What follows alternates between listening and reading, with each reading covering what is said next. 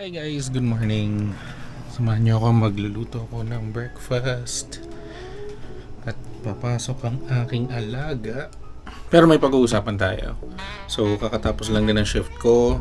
Ayusin ko lang yung camera saglit. Alright, yan. Okay na.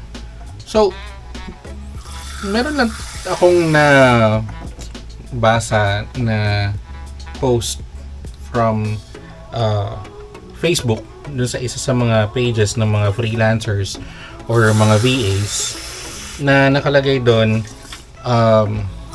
he's earning about 31,000, almost 31,000 rather. Tapos ang tanong niya doon is it still worth it ba na mag-earn ka ng 31,000 per week? Okay, per week yan. So that's like 124,000 per month. Earning 31,000 per week pero wala ka ng oras sa pamilya mo, sa anak mo, tapos medyo Jollibee pa yung mga kasama mo sa trabaho, kala mo mga tagapagmana, ganun na, sobrang toxic na. Ang tanong niya is it still worth it ba na magstay dun sa work na yun? Para sa akin, depende. Bakit? Kasi nakadepende siya sa kung ano yung priority mo ngayon. For example, kung say hindi mo naman talaga kailangan ng sobrang laking kinikita per month, no? Na para lang masustain yung kumbaga yung basic needs niyo, yung mga meron ka siguro mga gustong bilhin na nabibili mo naman for now. And hindi ka na masyadong nagkakaroon ng oras sa pamilya mo, then most likely than not, yung priority mo right now is your family, your time with your family. And kung yun yung priority mo, then hindi worth it yung 31,000 per week na wala ka ng oras sa pamilya mo or sa anak mo, diba? Pero kung ang priority mo naman is pera, kasi let's say meron kang hinuhulugang bahay or meron kang pinag-iipunang bagay na gusto mong bilhin or marami kayong utang, kailangan nyo magbayad, then if your priority is money, then I would say na sulit pa rin yun. 31,000 per week, hindi ka lang nagkakaroon ng oras sa pamilya mo or sa anak mo at mga siraulo or medyo bida-bida pa yung mga kasama mo. Hindi ba it's the same thing as what's happening with our OFW na mga nagtatrabaho, diba? So what they do, laki ng kinikita nila sa ibang bansa, tapos wala naman sila sa tabi ng mga anak nila, sa pamilya nila. Minsan hindi rin sila nakakapag-usap, so minsan na lang.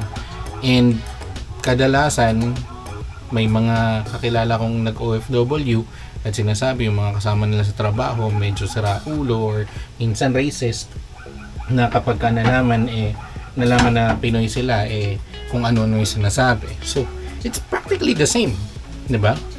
Wala kang oras sa pamilya mo, iba rin yung mga kasama mo siraulo. It's practically the same, pero ang kinikita mo naman mas malaki. The only advantage is nandito ka sa Pilipinas, unlike yung mga OFWs na literal na nasa ibang bansa. So again, what they're doing is they're sacrificing their time, their attention, or basta dami lang sinasacrifice para sa pera, because doon sa time na yon ang focus nila or ang priority nila is to gather more money for their family, no? And it's basically the same thing. Again, kung ikaw ang kailangan mo ngayon pera, wait lang.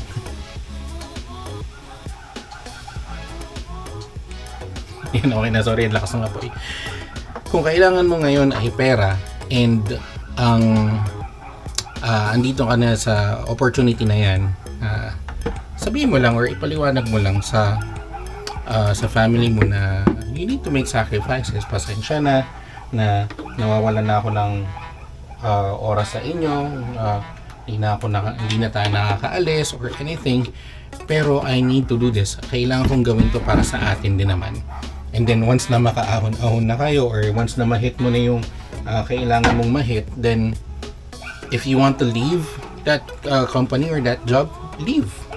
Kung nakaipon ka na na-hit mo na yung goal mo then bawi ka na sa family mo, di ba? Hindi na yung parang okay, 6 digits pa rin yung kinikita mo hanggang sa nakikita mo yung anak mo lumalaki na hindi mo napapansin. Katabi mo naman, nasa isang bahay kayo, pero hindi mo naman napapansin, di ba? Ang pangit din nun. So again, if you're gonna ask me, sulit ba ang 6 digits na kinikita per month? My answer is always going to be, it depends. It depends on my priority right now. It depends on my financial status right now. It depends on how stressed I am doon sa work na yun. So, it really depends. And again, ang priorities natin will vary from one person to another. So, kung ikaw sa sarili mo, sa tingin mo kailangan mo talaga ng pera, then go ahead, keep the clients coming, sacrifice mo lang yung oras mo and some energy or some attention na dapat sa pamilya mo, pero at least you're hitting your goal. Pero what I can suggest is, dapat kapag na-hit mo na yung goal and ang nagiging kabayaran para doon sa pag-hit ng goal is the time and energy and effort for your family, there will be a point in time na hindi na talaga siya worth it.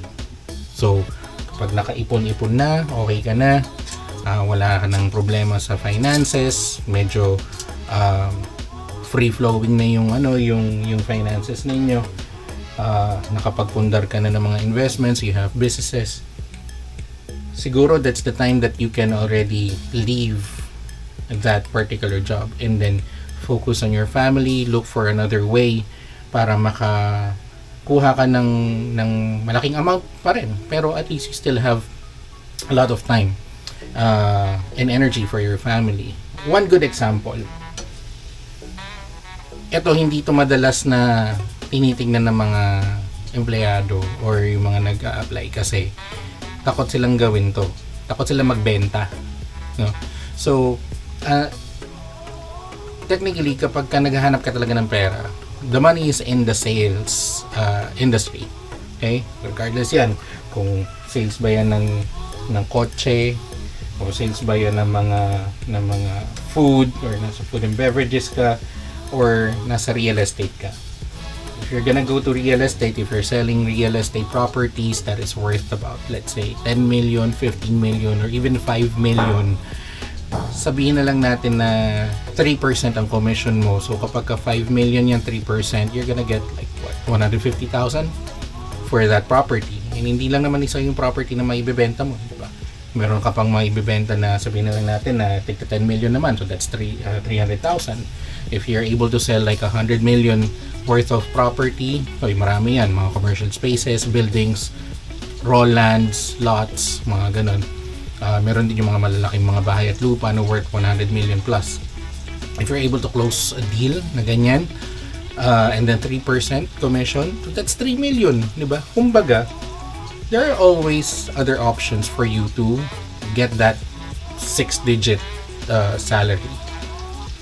You just need to be open sa iba't ibang opportunities. Pero in case na hindi siya talaga available for you, at nakagisnan mo na yung trabaho mo ngayon yun yung talagang pinakatrabaho mo, that's your comfort zone, then I suggest na mag-ipon ka, or kumbaga magtabi ka ng pera up until to the point na maging okay na kayo para makabawi ka rin sa family mo. So is the 31,000 per week worth it? My answer, depends. Pero for me right now, I may need to get the 31,000 weekly, and maybe a couple of years or 6 months kapag medyo nag-stabilize na yung flow ng finances namin, then I leave the job.